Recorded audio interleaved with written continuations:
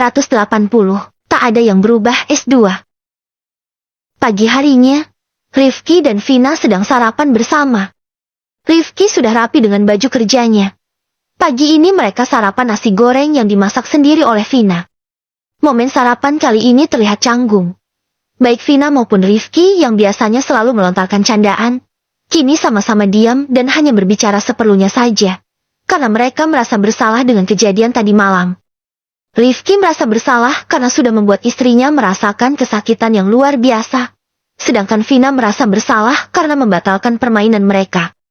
Selesai sarapan, Rifki langsung berpamitan karena ingin berangkat kerja. "Sayang, kamu baik-baik di rumah, ya?" ucap Rifki sambil mengulurkan tangannya. Vina meraih tangan Rifki, namun tidak langsung menciumnya. Ia malah menggenggam erat tangan itu. "Bang, aku minta maaf." "Ya," ucap Vina lirih. Rifki menautkan alisnya. "Minta maaf untuk apa, sayang?" Soal tadi malam. Aku tahu abang pasti kecewa. Sekali lagi aku minta maaf. Ya, gak apa-apa. Sayang, aku juga bersalah. Abang jangan lirik-lirik wanita lain. Ya, nanti kita bisa coba lagi kok." Rifki mendelik. "Serius, boleh coba lagi?"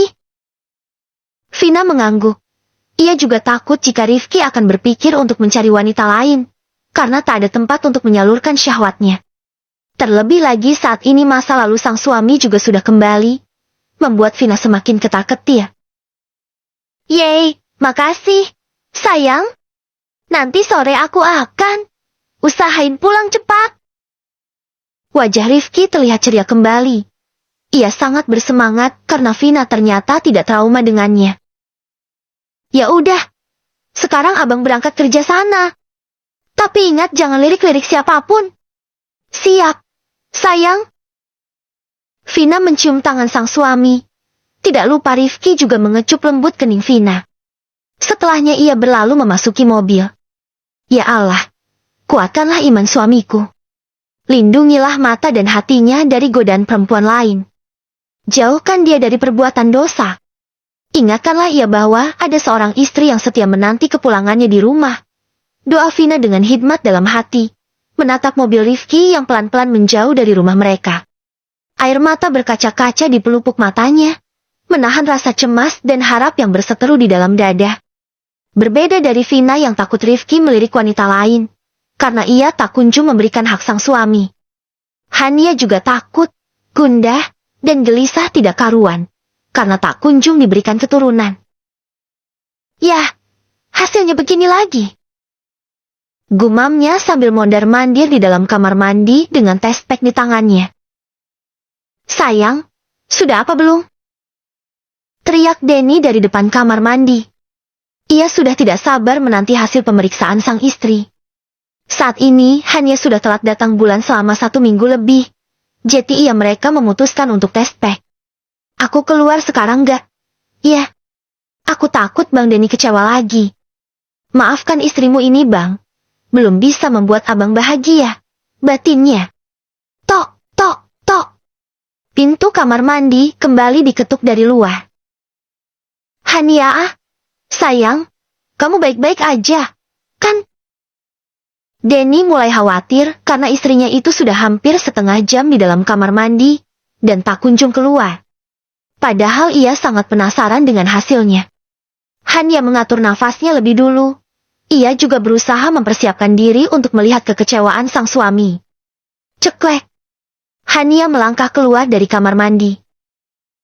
"Sayang, gimana hasilnya?" tanya Denny antusias. Dengan wajah sendu Hania melangkah perlahan. Kemudian ia duduk di tepi ranjang. "Maafkan aku, Bang. Aku belum bisa membuat abang bahagia." Lirihnya sambil menunduk. "Deh." Hanya dengan kalimat seperti itu saja Denny sudah mengerti. Sebab, kejadian seperti ini telah mereka alami lebih dari puluhan kali dari 7 tahun lalu. Mungkin sudah sekitar ratusan tes pack yang telah mereka gunakan. Denny mendekati sang istri yang sudah berkaca-kaca. Ia ikut duduk di sana sambil memeluk erat tubuh Hania. Kamu gak salah, sayang. Tidak perlu meminta maaf seperti ini. Mungkin memang belum waktunya untuk kita diberi kepercayaan. Bisiknya lirih dengan suara bergetar. Sebab Denny sangat paham dengan perasaan sang istri. Ia ikut merasakan sakit yang sama. Bukan sakit karena tak kunjung diberi kepercayaan, tapi ia sakit karena melihat sang istri yang selalu bersedih. Tapi harus menunggu sampai kapan? Bang, sekarang usiamu sudah tidak muda lagi. Aku juga ingin membuat abang bahagia. Kini air mata benar-benar luruh dari sudut mata Hania. Sayang, dengan hidup bersama istri sepertimu saja sudah membuatku bersyukur dan bahagia. Dari dulu aku sudah sering bilang sama kamu, aku tidak apa-apa jika kita tidak memiliki anak sekalipun. Karena tujuan kita menikah bukan untuk memiliki anak, melainkan untuk menyempurnakan agama kita. Semuanya semata-mata karena ibadah. Jadi jika sampai saat ini kita tak kunjung diberikan keturunan, kamu tidak perlu risau sayang. Tidak ada yang perlu dikhawatirkan, tidak ada yang harus disalahkan. Kita jalani saja sebagaimana mestinya kehidupan ini akan berjalan. Ucap Denny berusaha menenangkan sang istri. Meskipun mulut abang berbicara seperti itu, tapi aku yakin dari lubuk hati abang juga pasti ingin dipanggil ayah oleh seorang anak. Abang juga pasti ingin merasakan pelukan hangat dari tangan kecil yang menciptakan sebuah kebahagiaan tak tertandingi. Enggak kok, sayang. Dipeluk sama kamu aja sudah cukup kok. Pelukan kamu tak akan tertandingi oleh pelukan siapapun selain ibuku. Abang serius? Tanya Hania seraya menatap manik mata sang suami. Denny berusaha menutupi gurat sedih di wajahnya dengan senyuman manis. Padahal ada air mata yang barusan ia tahan. Ada kesedihan mendalam yang harus ia tutupi. Sebagai seorang laki-laki Denny sadar akan posisinya. Yang harus menjadi penguat untuk sang istri. Harus menjadi penenang dan tempat bersandar. Sekalipun ia sedang rapuh, harus tetap menjadi sandaran yang kuat untuk Hania. Serius, sayang? Terima kasih ya, Bang. Hania percaya karena wajah Denny memang terlihat baik-baik saja. Sekarang kita siap-siap mau kerja yuk, sayang. Ucap Denny agar sang istri tidak berlarut-larut dalam kesedihannya. Hania mengangguk, karena jam sudah menunjukkan pukul 8 pagi, mereka sudah harus bersiap-siap untuk bekerja. Denny masih sama. Ia bekerja di restoran milik Fathir, dan Hania juga masih mengajar. Memang tidak banyak yang berubah di kehidupan mereka. Semuanya masih sama meskipun sudah 7 tahun berlalu. Selain masih bekerja di tempat yang sama, serta belum memiliki keturunan seperti pasangan-pasangan yang lainnya. Rasa cinta mereka juga tidak pernah pudar hingga saat ini. Denny masih sangat mencintai sang istri. Begitupun dengan Hania, yang semakin hari semakin mencintai sang suami. Karena Denny selalu menjadi sosok pelindung dan penguatnya seperti saat ini. Beberapa saat kemudian, mobil Denny telah berhenti di depan gerbang pondok. Sebelum turun Hania meraih tangan sang suami. Ia menciumnya dengan taksim. Denny juga membalasnya dengan kecupan beberapa kali di kening sang istri. Membuat Hania semakin berat untuk keluar dari mobil. Ia menabrakkan tubuhnya di dada Denny, sembari memeluk erat lakinya itu. Aku sayang sekali sama abang. Lirihnya. Aku juga sayang sekali sama kamu, Han. Jaga kesehatan ya, kerjanya jangan capek-capek. Balas Denny sambil mengelus punggung Hania. Iya, abang juga jangan capek-capek. Ya, jangan lupa makan, dan jaga kesehatan. Siap, sayang. Padahal hanya ingin berpisah untuk beberapa jam karena tuntutan pekerjaan, namun setiap kali momen perpisahan tiba, hati mereka selalu terasa berat. Pasangan itu, yang tak bisa hidup tanpa kehadiran satu sama lain, merasa teramat berat untuk berpisah, walau hanya untuk sekejap. Rasa cinta yang begitu dalam menjadikan perpisahan sekecil apapun terasa seperti duri yang menusuk hati, menguras kebahagiaan yang selama ini mereka rasa bersama. Ke-281, Ketakutan Vina S2. Vina sedang mondar-mandir di ruang tamu rumahnya. Ia kepikiran dengan sang suami, yang sekarang satu tempat kerja dengan masa lalunya. Apalagi Vina tahu betul bagaimana cintanya Rifki dulu pada gadis itu, karena Rifki sering bercerita tentang Nadia padanya. Jujur, mental Vina seketika tidak baik-baik saja setelah mengetahui Nadia telah kembali. Rasa takut, gundah, dan gelisah tak menentu terus menghantui perasaannya. Gimana caranya biar aku tahu suamiku baik-baik saja, dan tidak tergoda oleh wanita itu lagi? Gumam Vina sambil berpikir keras. Kakinya sudah terasa pegal karena mondar-mandir hampir 1 jam. Ia duduk di sofa sambil menopang dagunya. Apa aku minta mata-matain aja ya? Sama Sarah. Dia pasti mau bantu aku. Sarah adalah teman kerja Vina dan Rifki juga. Vina berpikir demikian karena ia tidak ada alasan lagi untuk menginjakkan kaki di kantor itu. Ada rasa penyesalan di diri Vina karena buru-buru berhenti bekerja. Tapi pada dasarnya peraturan di kantor tersebut, karyawan yang memiliki hubungan spesial memang tidak boleh bekerja di satu tempat kerja yang sama. Jika ada yang ingin pacaran, maka harus diam-diam. Jika ada yang ingin menikah dengan sesama rekan kerja pun, juga harus ada yang mundur salah satunya.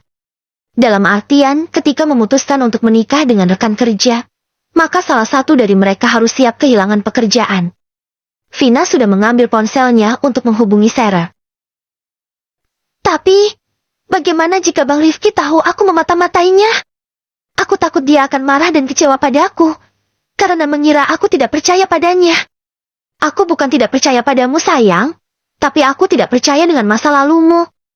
Apalagi yang aku dengar dari ceritamu, jika kalian dulu berpisah dan berharap akan bertemu kembali di masa depan. Aku takut jika cinta itu tumbuh kembali. Bang. Vina meletakkan kembali ponselnya. Ia beberapa kali mengusap wajahnya kasar. Apa aku masakin makan siang aja? Ya. Nanti aku antar aja ke sana. Soalnya kan tadi si abang gak bawa bekal. Biasanya Vina selalu membuatkan bekal untuk Rifki. Tapi tidak dengan pagi ini. Karena tadi ia bangun kesiangan. Vina merasa idenya kali ini adalah yang paling tepat. Dan tidak akan menimbulkan masalah padanya dan sang suami. Ia buru-buru ke dapur. Memasak beberapa menu makanan yang lezat dan bergizi. Di sebuah ruangan kantor, ada seorang gadis cantik yang melamun di depan laptopnya. Bukannya bekerja sebagaimana mestinya, pikiran gadis itu justru sedang melayang entah kemana. Jam ini kenapa lama sekali berputarnya?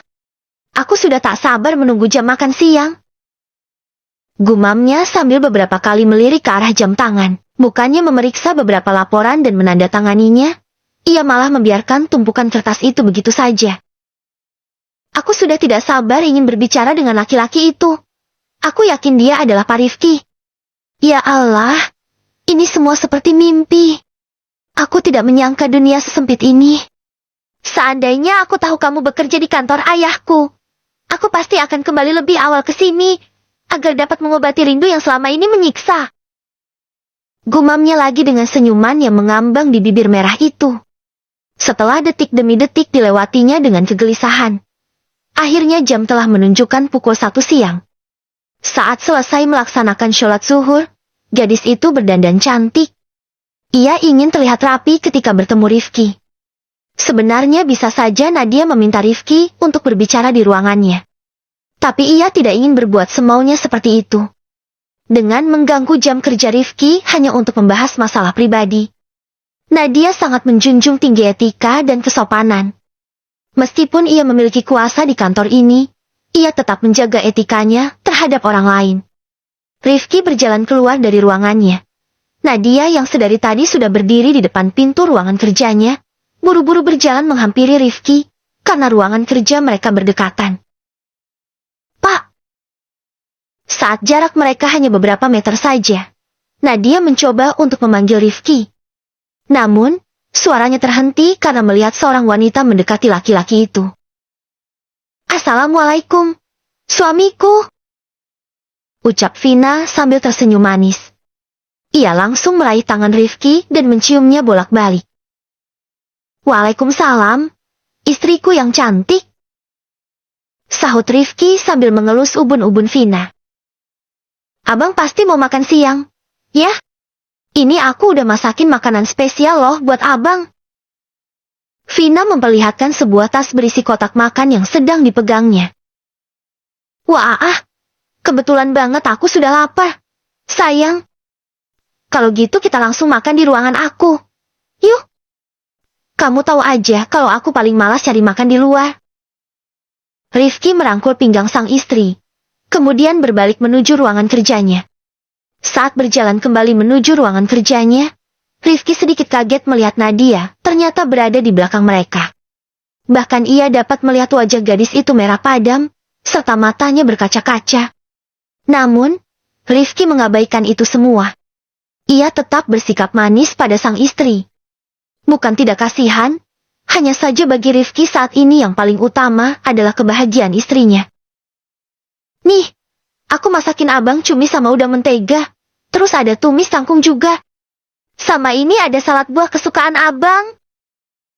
Jelas Vina antusias, sambil mengeluarkan satu persatu kotak makanan yang dibawanya. Repot-repot banget sih kamu. Sayang, pakai acara masakin aku makanan, mana dianterin ke sini lagi? Enggak repot kok. Bang, anggap saja ini sebagai permintaan maafku, karena sudah buat kamu kecewa tadi malam. Oke, untuk yang kali ini sudah aku maafin kok. Tapi, yang nanti malam jangan angkat tangan lagi ya. Bisik Rifki dengan wajah genitnya. Iya, Bang. Sekarang buka mulutnya ya. Aku suapin. Vina mendekatkan satu sendok berisi makanan ke mulut sang suami. Ia bersikap sangat manis pada Rifki agar suaminya itu tidak pernah merasa kekurangan kasih sayang dan perhatian darinya, dan tidak akan pernah mencari kebahagiaan ataupun perhatian dari orang lain. Dengan senang hati Rifki membuka mulutnya, sebab Rifki memang sangat mendambakan hal ini sejak dulu, meskipun dulu ia mendamba bukan pada Vina. Beberapa saat kemudian, semua makan yang dibawakan Vina telah habis. Vina merapikan kembali kotak makan tersebut. Meskipun makannya telah selesai, namun hatinya masih berat untuk meninggalkan sang suami. Bang, aku pulangnya nanti aja ya. Tunggu jam istirahat abang habis. Boleh, sayang. Tapi kamu mau ngapain lagi di sini? Aku mau nemenin abang aja. Ya udah boleh. Rifki menyenderkan punggungnya di sofa karena badannya terasa sedikit lelah dan pegal. Vina yang biasa bekerja di kantor, sangat paham dengan apa yang dirasakan sang suami. Dengan perlahan ia mulai memijit pundak Rifki.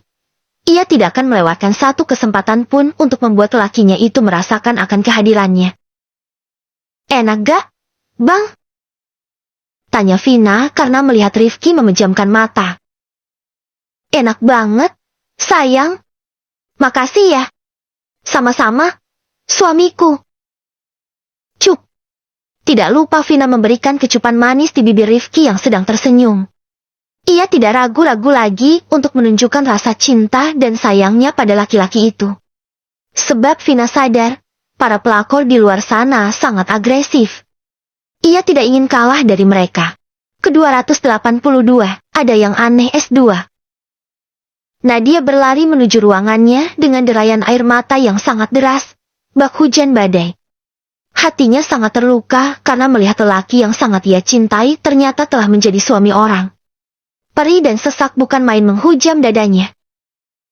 Pak Rifki, ternyata kamu telah membuka lembaran baru bersama wanita lain. Bukan aku tidak menerima takdir yang telah ditentukan oleh Allah. Hanya saja aku belum bisa mengikhlaskanmu.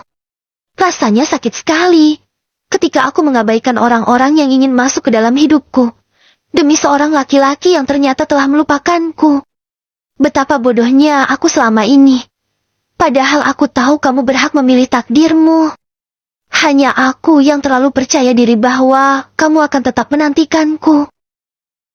Gumamnya sambil terduduk lemas di lantai. Selama 7 tahun ini, Rifki dan Nadia tidak pernah berhubungan sama sekali. Mau itu melalui chat ataupun telepon. Namun Nadia begitu yakin bahwa Rifki akan menantinya kembali. Sampai-sampai ia menolak banyak laki-laki yang ingin menjadi teman hidupnya. Mulai dari teman kuliahnya, hingga anak dari rekan bisnis sang ayah, semuanya diabaikan begitu saja oleh Nadia, demi keinginannya untuk hidup bersama dengan Rifki. Ya Allah, seandainya aku boleh meminta, Aku ingin berada di posisi wanita itu. Jika tidak sekarang, mungkin nanti di waktu yang lain. Akan aku tunggu dudamu, Pak Rifki. Sambung Nadia lagi. Mungkin karena sedang patah hati sebab cinta yang begitu dalam, membuat mulutnya berkata yang tidak-tidak. Terkadang seseorang jika sedang patah hati, memang sering mengatakan kalimat yang seharusnya tidak boleh untuk diucapkan. Aku kira selama 7 tahun ini, cintaku berbalas. Ternyata cintaku bertepuk sebelah tangan. Semua ini karena ayah yang terlalu egois, hingga aku harus kehilangan apa saja yang ingin aku miliki. Maaf, jika kali ini aku tidak akan mendengarkan kata-kata ayah lagi, sebab aku telah dewasa dan berhak menentukan jalan hidupku sendiri. Nadia terus menangis sesegukan di lantai. Ia kecewa, sangat-sangat kecewa pada Rifki dan juga sang ayah. Tetapi meskipun telah kecewa pada Rifki, rasa cintanya tak luntur walau hanya sedikit saja. Mungkin kini rasa cinta itu berubah menjadi obsesi, karena bisa disimpulkan dari kata-katanya yang siap menunggu duda sang pujaan hati. Di jam 8 malam, Vina kembali mondar-mandir di ruang tamu rumahnya. Sesekali wanita itu menengok ke arah halaman depan melalui jendela kaca, karena sang suami yang telah berjanji untuk pulang cepat itu, ternyata tidak kunjung pulang. Bahkan ia tidak memberikan kabar pada sang istri, membuat Vina sangat khawatir. Ia takut Rifki kenapa-napa. Ini Bang Rifki kenapa belum pulang? Ya, seharusnya dia sudah pulang dari jam 4 tadi sore. Apa ada sesuatu yang terjadi padanya? Gumam Vina menerka-nerka sendiri. Ya Allah, lindungilah suamiku dimanapun ia berada. Jagalah raganya agar terbebas dari segala penderitaan dan rasa sakit, serta selamatkan hatinya dari dekapan tangan-tangan jahil yang mengincar cintanya. Gumam Vina dengan suara serak, disertai isak tangis di setiap suku kata yang terucap. Rasa cemas dan ketakutan memenuhi dadanya, hingga ia tak kuasa lagi menahan derayan air mata. Setengah jam setelahnya, terdengar suara mobil memasuki garasi. Vina yang hampir tertidur karena lelah menunggu, berusaha membuka matanya kembali. Ia bergegas menuju pintu walaupun sedikit sempoyongan. Baru saja Rifki mengangkat tangannya untuk mengetuk pintu. Ceklek. Pintu dibuka dari dalam oleh Vina. Tanpa ada sepatah kata pun, wanita itu menabrakkan tubuhnya di dada sang suami. Ia memeluk erat tubuh Rifki sambil menangis di sana. Kamu kenapa? Sayang? Tanya Rifki sambil mengelus punggung Vina. Rifki tahu istrinya itu sedang menangis. Meskipun tidak berbunyi, tapi ia dapat melihat dari bahu Vina yang bergetar dan bajunya yang basah. Vina tidak dapat berkata-kata, ia terus menangis dan tidak ingin melepaskan pelukan itu. Rifki pun membiarkan sang istri menumpahkan semua kesedihannya, hingga rasa sesak itu mulai berkurang. Vina mau melepaskan pelukannya dan mengajak sang suami untuk masuk. Abang kemana aja? Kenapa jam segini baru pulang? Aku telepon juga gak aktif. Abang baik-baik aja, kan? Gak ada sesuatu yang terjadi pada abang, kan? Biasanya jam 4 sore sudah pulang. Kenapa ngaretnya lama banget? Abang kelayapan kemana aja? Sama siapa? Cecer Vina panjang lebar seperti rel kereta api, sambil mengelilingi Rifki karena ingin memastikan suaminya itu tidak lecet sedikit pun. Vina mengendus ada aroma yang mencurigakan dari sang suami. Hatinya mulai terbakar dan berapi-api. Berbagai pikiran yang tidak baik muncul di kepalanya. Tapi ia berusaha menahan semuanya, dan tidak ingin membahas masalah itu sekarang. Karena kasihan melihat Rifki yang nampak lelah dan lemas. Tadi tiba-tiba ada kerjaan mendadak yang harus aku kerjain, Vin. Jadinya terpaksa aku harus lembur. Dan ponselku juga mati. Kebetulan chargernya juga ketinggalan di rumah. Maafin aku ya, sayang. Ucap Rifki memelas. Namun, Vina dapat melihat ada sesuatu yang sedang disembunyikan Rifki. Meski hati Vina membara, ia selalu berusaha mengendalikan amarah yang memuncak dan berpikir sejenak sebelum mengambil tindakan. Sebagai wanita dewasa yang telah mengalami berbagai suka duka, Vina tahu bahwa meluapkan emosi di saat yang salah hanya akan menimbulkan kekacauan. Vina juga paham betul bahwa dalam kemarahan, Lidah manusia kerap melontarkan kata-kata pedas yang nantinya hanya akan disesali ketika amarah mereda. Abang kelihatannya capek banget. Mau aku pijitin dulu? Atau mau langsung makan? Tanya Vina sambil tersenyum manis, walaupun pada kenyataannya senyuman itu hanyalah palsu. Iya nih, sayang. Aku capek banget. Tapi perutku juga sudah lapar. Kita makan dulu aja kali, ya? Vina mengangguk, lalu merangkul Rifki. Ya udah, ayo. Kebetulan aku sudah masakin makanan kesukaan abang. Di meja makan, Rifki kaget karena melihat banyak makanan yang telah tersaji di sana.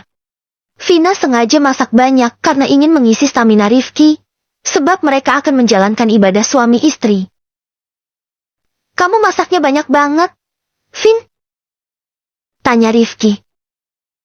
Iya, sengaja buat abang. Jawab Vina sambil terkekeh. Setelahnya mereka makan dalam diam. Vina memperhatikan Rifki yang makan sangat lahap. Laki-laki itu terlihat kelaparan. Mungkin tadi yang ia kerjakan bukan hanya pekerjaan saja. Mungkin ada hal lain yang ia hadapi. Sehingga menguras seluruh tenaga dan membuatnya merasakan kelaparan. Apa yang sebenarnya terjadi? Bang, kenapa ada aroma parfum wanita di bajumu? Serta ada noda lipstik yang menempel di kemeja yang kamu kenakan tadi? Apakah ada wanita lain yang memberimu dekapan hangat? Sehingga kamu lupa akan diriku yang selalu menanti kepulanganmu. Batin Vina sambil terus memperhatikan Rifki. Aku sadar, aku dan masa lalumu tidak sepadan. Tapi kamu harus tahu, aku memiliki cinta yang tulus untukmu. Aku mencintai segala kekurangan dan kelebihanmu. Mau kamu memiliki harta ataupun tidak, aku akan tetap setia menemanimu. Sambungnya lagi. Vina yakin, jika semua kecurigaannya benar, maka wanita itu adalah Nadia, dan ia menyadari, Nadia bukanlah lawan yang sepadan. Karena dari segi apapun, Nadia adalah pemenangnya. Terutama dari segi cinta, ia tahu dulu Rifki sangat mencintai wanita itu. Sedangkan dirinya belum tahu apakah lelaki yang telah berstatus suaminya itu mencintainya.